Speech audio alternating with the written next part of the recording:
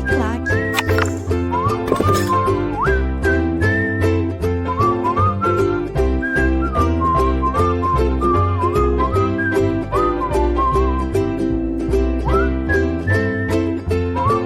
Olá, voltamos, tudo bem?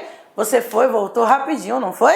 Eu também já estava aqui com saudade. Olha só, eu sou Luciana Medeiros, pode me chamar de Luzinha, lindinha, gatinha, fofinha, bonitinha do seu coração, tá certo?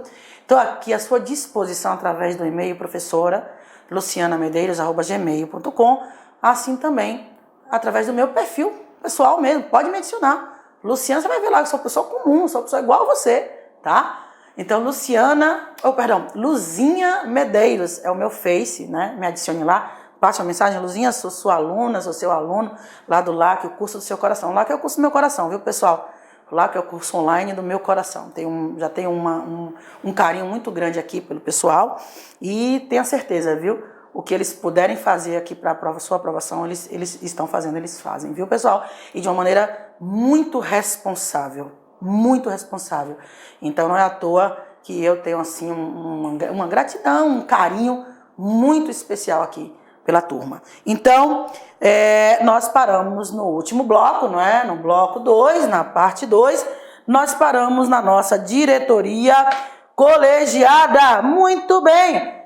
A agência reguladora, a nossa Anvisa e a administração dessa agência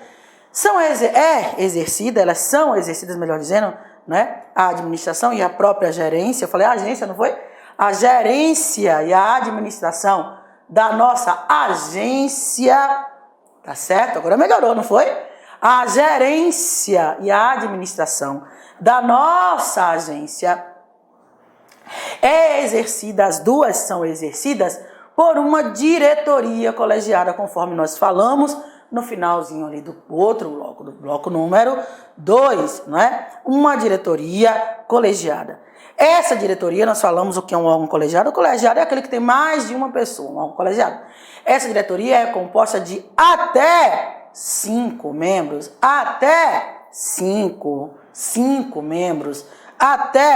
membros, sendo que um deles deve ser, obviamente, não é o presidente da nossa Agência Nacional de Vigilância Sanitária, sendo que um deles será o nosso presidente da Agência Nacional de Vigilância Sanitária. Então, a gerência e a administração da Anvisa serão exercidas por uma diretoria colegiada, composta de até 5 membros, sendo que um deles deve ser o diretor-presidente, já que é uma diretoria colegiada.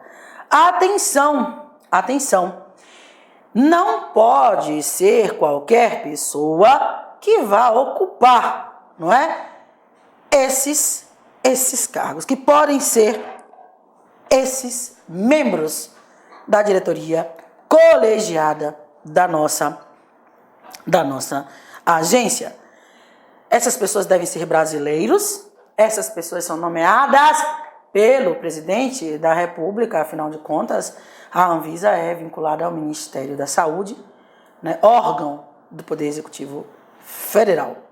Então, serão brasileiros nomeados pelo presidente da República após a aprovação, né, sabatina aí do nosso Senado Federal, já que ela é uma agência reguladora e trata, né, de assuntos que vão aí, que dizem respeito diretamente à qualidade, à saúde da nossa população.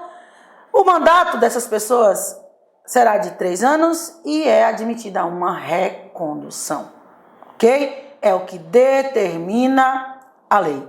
A lei também determina que a nossa diretoria tem suas competências próprias e nós precisamos estudá-la. Algumas competências nós temos aqui. Definir as diretrizes, né, estratégicas da Anvisa, né, propor ao ministro do Estado da Saúde as políticas governamentais, já que nós temos que guardar respeito com as políticas públicas de saúde oriundas do Ministério da Saúde. Então, propor ao ministro do Estado de Saúde as políticas e diretrizes governamentais destinadas a permitir à agência o cumprimento efetivo dos seus objetivos, né? Cumpre também a diretoria executiva, a diretoria colegiada da nossa empresa, da nossa autarquia, editar normas, né, sobre matérias de competência da própria agência e, como sempre, não é, cumprir as normas relativas à vigilância sanitária. Isso aqui eu não preciso nem falar, né? Diretoria, né, colegiada deve cumprir as normas oriundas aí, né, do Ministério da Saúde, etc., com relação ao que diz respeito à vigilância sanitária, dentre outras, né? Dentre outras. São essas, não. Elaborar, divulgar relatórios periódicos sobre suas atuações, suas atividades, não é? Julgar em grau de recurso, essa cai na prova, as decisões da agência mediante provocação dos interessados.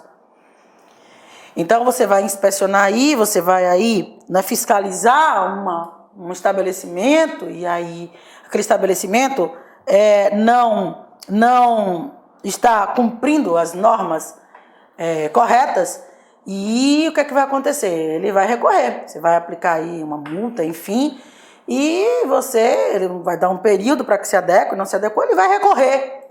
E quem julga esse recurso, Quem julga esse recurso é a diretoria colegiada, né? Também ela encaminha demonstrativos contábeis aos órgãos competentes de fiscalização, né? Aos órgãos competentes, né? A gente precisa fiscalizar as contas da nossa agência reguladora, elaborar e aprovar, promulgar o regimento interno, definir a área de atuação das unidades organizacionais e as estruturas. Cuidado que quem elabora, aprova e promulga o regimento interno é a diretoria colegiada, tá certo? Ok? Tranquilos? Muito bem. Agora, o regulamento é lá do nosso presidente da República. O regulamento, nosso presidente da República, nosso poder executivo, através de decreto. A diretoria se reúne com toda e absoluta certeza. Claro que a diretoria se reúne. Como é que vai deliberar?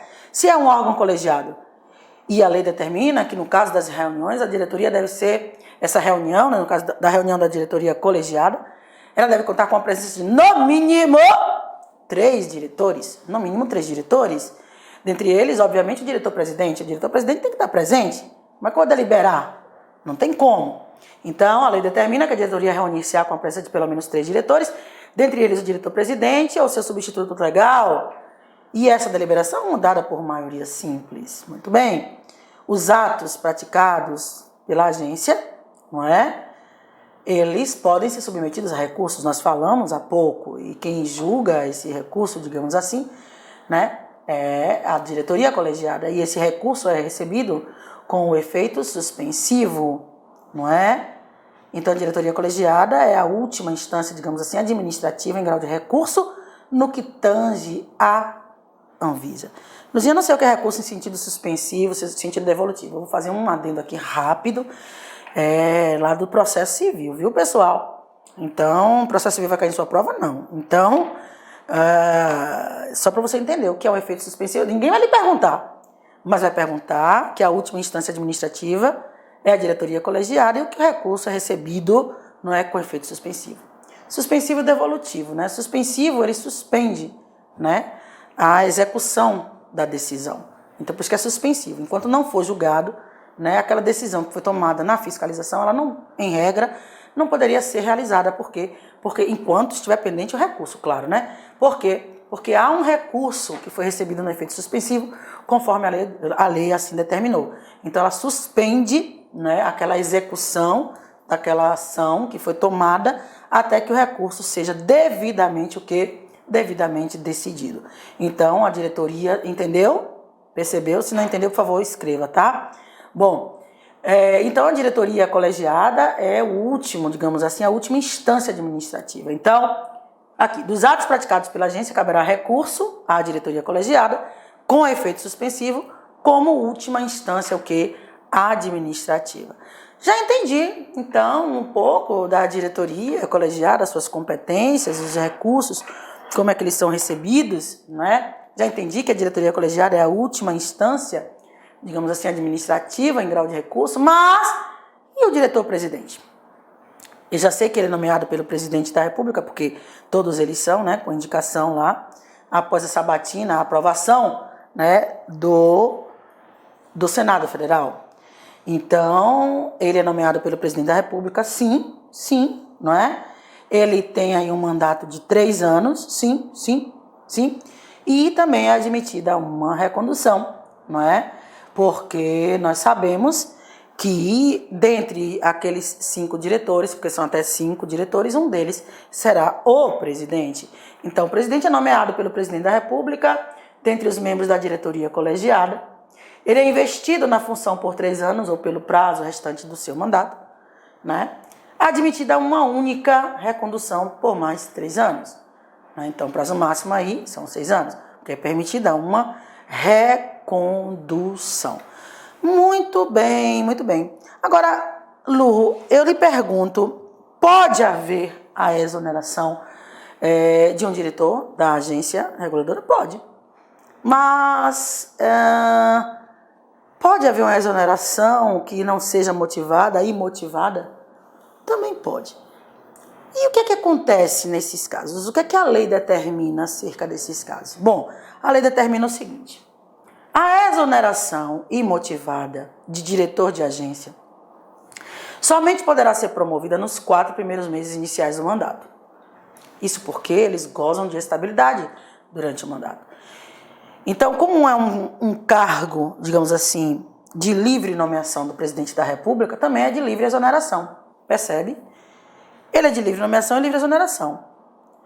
Então, o cargo de livre nomeação e livre exoneração, em regra, não é? Ele não precisa ser motivado, em regra.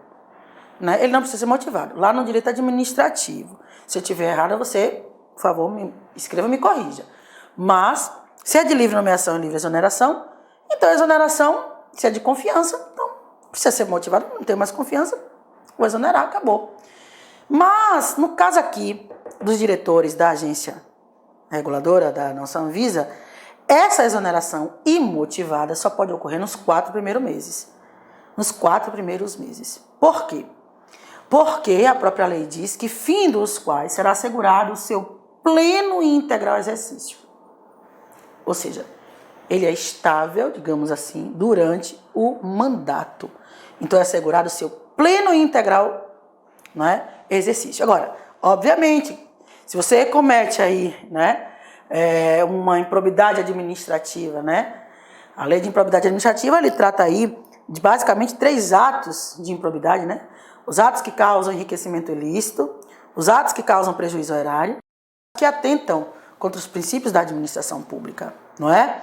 Então, se um diretor de uma agência reguladora causa um ato de improbidade administrativa, claro que ele não vai ter assegurado, não é? Esse direito, essa estabilidade, claro, porque uma das sanções administrativas é a perda do próprio cargo, da própria função, né, lá na nossa lei de improbidade administrativa.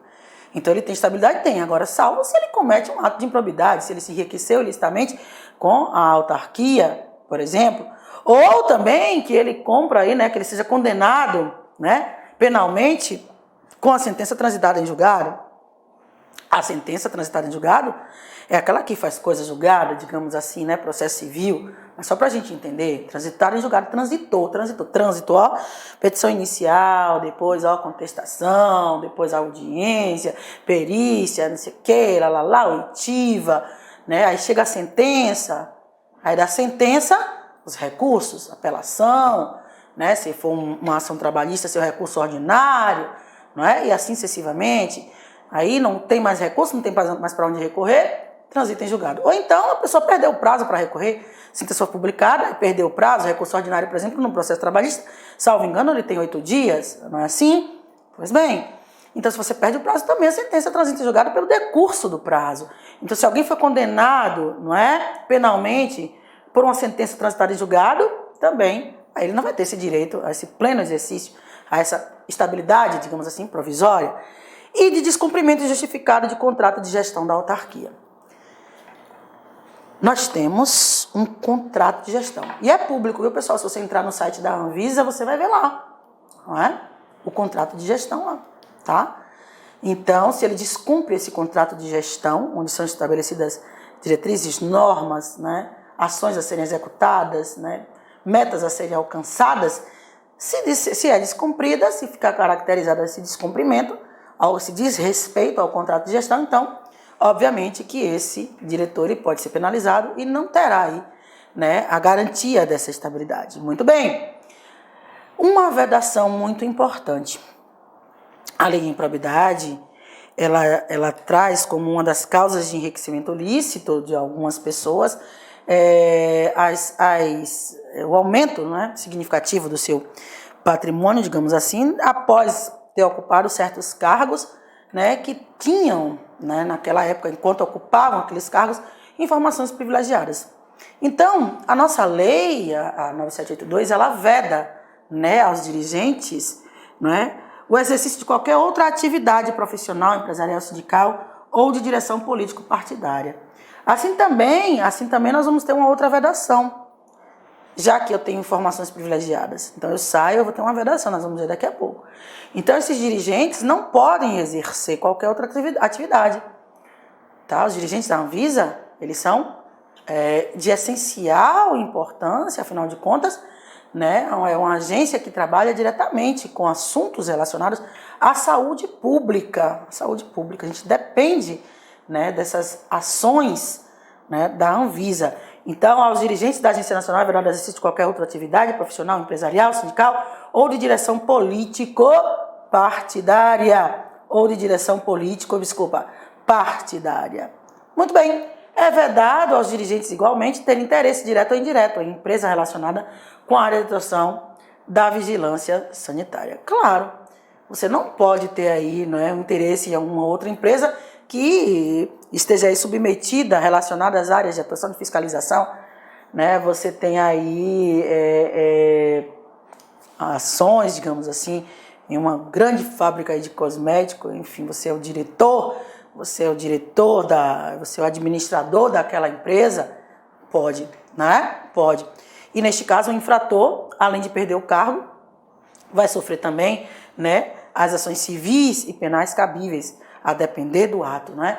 Nós sabemos que as responsabilidades civil, penal e administrativa no âmbito da Lei 8.112, por exemplo, elas são independentes e podem acumular-se entre si, não é? Nós sabemos isso. Então, caso um dirigente, não é, participe aí de uma administração de uma empresa que tem interesse direto com a área de atuação da Anvisa, direto ou indireto com a área de atuação da Anvisa, ele vai perder seu cargo e além também pode sofrer aí, né, as sanções oriundas das responsabilidades, né, das penalidades, das ações civis e penais, tá certo? Lembra que eu falei que o dirigente ele tem algumas informações privilegiadas que eu não tenho, que você não tem? Lembra? Em virtude disso, a lei também diz que é vedado, determina que é proibido a um ex-dirigente ou qualquer pessoa, né, a um ex-dirigente representar qualquer pessoa, né, ou interesse perante a agência, né, até um ano após deixar o seu cargo, o seu mandato, findar o seu mandato. Então, até um ano após, né, ter deixado, né, o cargo, ao dirigente é vedado representar, é proibido representar qualquer pessoa ou interesse da nossa autarquia, Esse dirigente não pode utilizar em benefício próprio nenhuma informação privilegiada. Isto porque a própria lei de improbidade administrativa trata como uma das formas de enriquecimento ilícito, né, a prática aí de consultorias, não é? De ex-dirigentes, de pessoas que ocupavam altos cargos no alto escalão do governo, que tem informações privilegiadas. Você vai contratar uma consultoria administrativa com Luciano Medeiros ou vai contratar com fulano que foi ministro, não sei o que, né? Essa pessoa foi ministro, essa pessoa foi o dirigente, diretor-presidente da Anvisa, conhece muito mais que eu.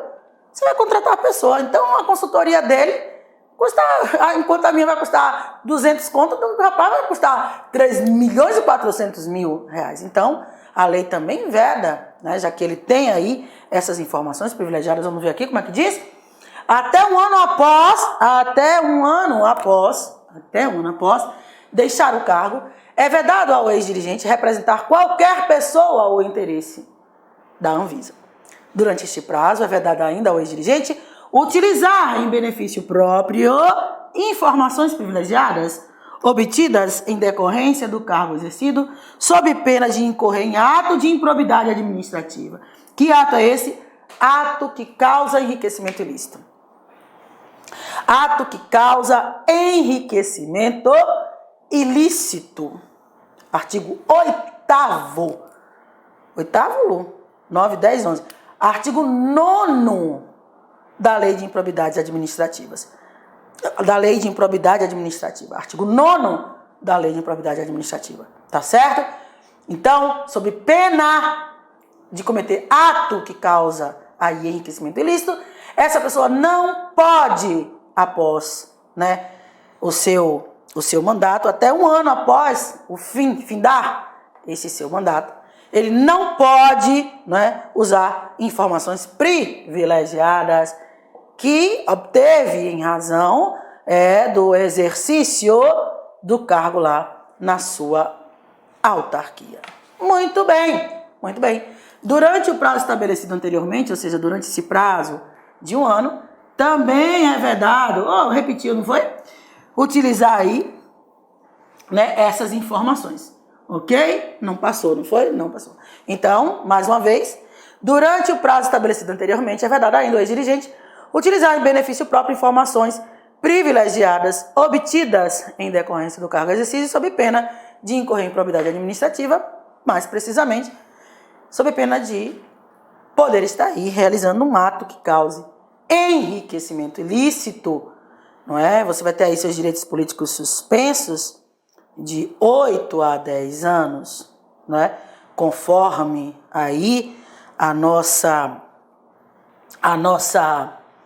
lei de improbidade assim determinou, da mesma forma que você vai estar sujeito a um pagamento talvez de uma multa civil de até 3 vezes o valor do enriquecimento ilícito, não é? 3 vezes o valor do enriquecimento ilícito, além do que você também pode aí estar proibido de contratar com a administração por até 5 anos, receber subsídios lá.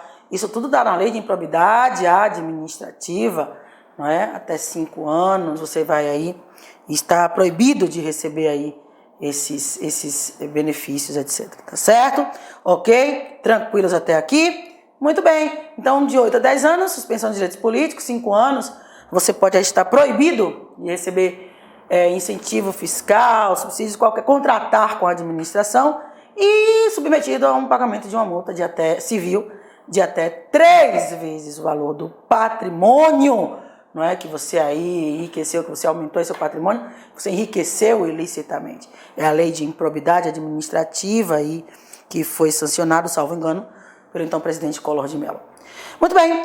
Qual é a competência, Luciana, do diretor-presidente? Qual é a competência do diretor-presidente? Compete ao diretor-presidente, preciso falar do primeiro, quem é que representa a Anvisa judicial e extrajudicialmente nos processos judiciais, nos processos administrativos? Quem que representa? O presidente, o diretor-presidente, não é? Também é ele, já que ele faz parte da diretoria colegiada, é ele quem preside as reuniões. Lembra que a reunião deve ter aí no mínimo 3 pessoas e que o diretor-presidente deve estar presente, ou então seu substituto legal, não é? Ele decide de referendo, através da chancela, por chancela, da diretoria colegiada, questões de urgência, né? Ele decide, e depois passa a chancela, né? Tem que ser ratificado, confirmado, né? Pela diretoria colegiada, porque ele tomou uma decisão, né? Uma decisão de urgência, que não deu tempo, talvez, de se reunir com os demais, né? Além disso, ele deve decidir, ele tem o voto de Minerva, né? O voto de qualidade, decidir em caso de empate nas deliberações, ele tem o voto chamado voto de qualidade, não é? Ele é quem nomeia, não é? Exonera servidores, né? Ele que vai prover os cargos públicos efetivos, não é? Você está fazendo um concurso para a Anvisa, Você vai ser concursado, você vai ser efetivo da Anvisa. Vai ocupar aí um cargo público, um cargo técnico administrativo, certo? Beleza? Muito bem. Então, ele também encaminha ao Conselho Consultivo, é o presidente, quem deve encaminhar, né, os relatórios, né, que se faz acerca das ações, né, realizadas pela nossa empresa. Então, encaminhar ao Conselho Consultivo os relatórios periódicos elaborados pela diretoria colegiada. Também é o diretor-presidente quem assina os contratos, né? A Anvisa tem seus contratos, ela, por regra, ela é submetida, por exemplo, à licitação para a compra de produtos, né, insumos, né, bens, serviços, né? Ela é submetida aí à Lei 8666, a Lei de Licitação e Contratos Administrativos, quem assina o contrato, portanto, com certeza é o presidente, o diretor-presidente, os convênios, não é? É ele quem determina, ordena despesas, é o diretor-presidente. Da mesma forma, não é? É o diretor-presidente quem exerce a gestão operacional da empresa, quem administra, né, digamos assim, a empresa. É ele quem elabora, não é? É ele quem promulga o regimento interno, né, juntamente com os demais, mas é ele quem promulga, já que ele é o diretor-presidente. Então, nós temos aqui, vamos ver, assinar contratos, convênios, ordenar despesas, elaborar, aprovar e promulgar o regimento interno, definir a área de atuação das unidades organizacionais e a estrutura executiva da agência, exercer a gestão operacional da própria agência, não é? Todas essas são atribuições do nosso diretor-presidente. Muito bem. Nós temos alguns cargos em comissão, não é? Você sabe que o cargo aí tem cargos de livre nomeação, livre exoneração, tem cargo comissionado, né? Então, os cargos em comissão, que faz parte do grupo de direção, assessoramento, etc., eles devem ser preferencialmente preenchidos por servidores, né, digamos assim, de carreira, pelos membros efetivos, né? Pessoas que fazem parte do quadro de pessoal da nossa empresa. Então, os cargos comissionados, eles devem preferencialmente, se assim existir, claro que os cargos públicos são criados por lei, você sabe disso, Lei 8.112 determina que o cargo público é criado por lei, com denominação própria e vencimentos pagos pelos cofres públicos, né? Pelos cofres públicos. Então, esses cargos em comissão, eles devem ser preferencialmente determinados, né, exercidos pelas pessoas do quadro de pessoal. Você que vai fazer o concurso público, caso surja lá um cargo em comissão, você vai ter preferência para ocupar esse cargo. E aquele contrato de gestão que a gente falou? Lembra o contrato de gestão? O contrato de gestão é firmado junto com o Ministério da Saúde, já que é ele que tem as normas, né, quem elabora as normas aí que devem ser seguidas pela Anvisa. E esse contrato, ele tem aí, né, a previsão de durar 4 anos, né, 4 anos. E ele tem por objeto, né, a pactuação, né, de indicadores, metas a serem aí cumpridas. Vamos ver? O contrato de gestão, ele é firmado com o Ministério da Saúde, Anvisa e Ministério da Saúde, tem vigência de 4 anos. O objeto tem como objeto a pactuação de indicadores e metas constantes no plano de trabalho a serem alcançados pela agência com a finalidade de permitir a avaliação objetiva de seu desempenho, né? Além disso, além de tudo isso que está aqui, a nossa lei também nos ensina que esse contrato de gestão, né, que a administração da nossa agência, ela é regida por esse contrato de gestão, por um contrato de gestão. E esse contrato aqui é firmado com o Ministério da Saúde, de vigência de 4 anos, né, onde temos aí princípios, metas a serem alcançadas. Assim, de tudo isso que nós falamos, a lei afirma que a administração da agência será regida por um contrato de gestão, né? Contrato de gestão. Esse contrato vai ser negociado entre o diretor-presidente, que é quem representa a Anvisa, judicial e extrajudicialmente, aqui extrajudicialmente, né? Então, pelo diretor-presidente e, né, o ministro do Estado de Saúde, elaborado entre eles dois, né? Obviamente que precisamos ouvir também o ministro do Estado da Fazenda, porque nós vamos estabelecer planos e metas a serem alcançados e para isso eu preciso de recursos. Então nós vamos ouvir os ministros do Estado da Fazenda, do Planejamento, Gestão, Orçamento, né? no prazo máximo de 120 dias seguintes à nomeação do diretor-presidente. Então, esse contrato de gestão ele é feito no prazo máximo de 120 dias. Por quê? Lembra que a exoneração imotivada pode ocorrer até no prazo máximo de 4 meses após assumir? Então, 120 dias, entre aspas, 120 dias, 3 vezes 4, 12, não é? Então, a gente sabe que 120 dias não são 4 meses, a gente sabe, né? Tem meses que não tem 30 dias, existem meses que não tem 30 dias, tem meses que tem 28 dias, por exemplo, fevereiro, quando não é ano bissexto, tem 28 dias. Então, a gente não pode dizer que 120 dias são 4 meses.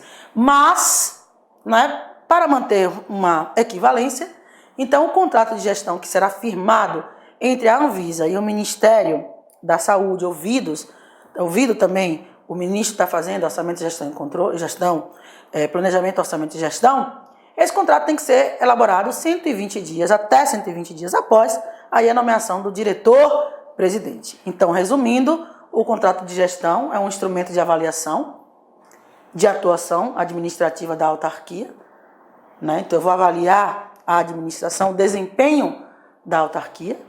Ele estabelece os parâmetros, né, para a administração interna da autarquia, bem como os indicadores que permitam quantificar, né, de forma objetiva a sua avaliação, sua avaliação periódica de desempenho, do desempenho da nossa Anvisa. Os nossos números são importantes para que nós possamos levá-los em consideração, a fim de que possamos melhorar os serviços públicos prestados. Beleza? Lu, e me diga uma coisa. Se eu descumprir, se o diretor-presidente, por exemplo, né, descumprir esse contrato de gestão, onde são estabelecidos metas, parâmetros a serem alcançados, o que é que vai acontecer? O que é que acontece? Caso isso aconteça, não é? Haverá a exoneração desse diretor.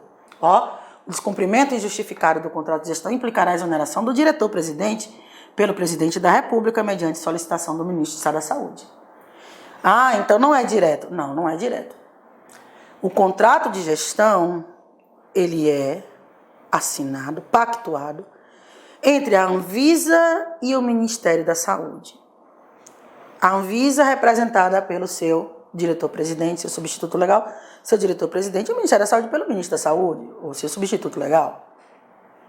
Muito bem. Até 120 dias, né, após a nomeação desse diretor-presidente. Muito bem. Então, se eu descumpro, diretor-presidente, descumpro esse contrato, o ministro da Saúde solicita ao presidente a exoneração